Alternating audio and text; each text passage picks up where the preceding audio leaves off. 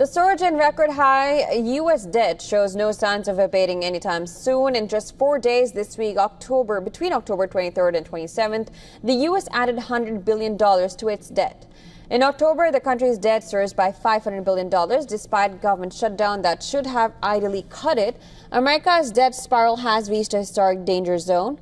The national debt has already crossed a record $38 trillion and is on track to hit over 143% of GDP by 2035.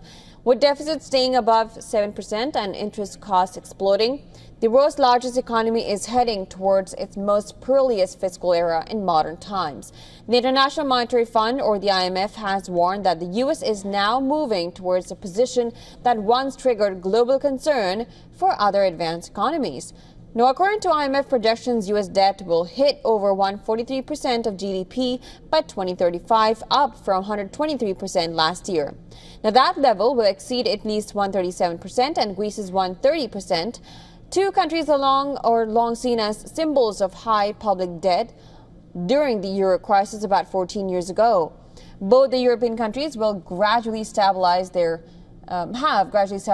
finances after years of painful reforms.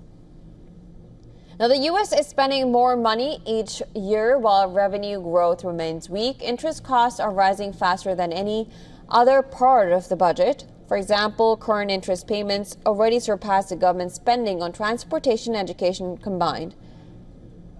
Experts warn that America's debt path could limit Washington's response to future recessions, climate disasters, or wars. More than 80% of U.S. government debt will mature within the next decade.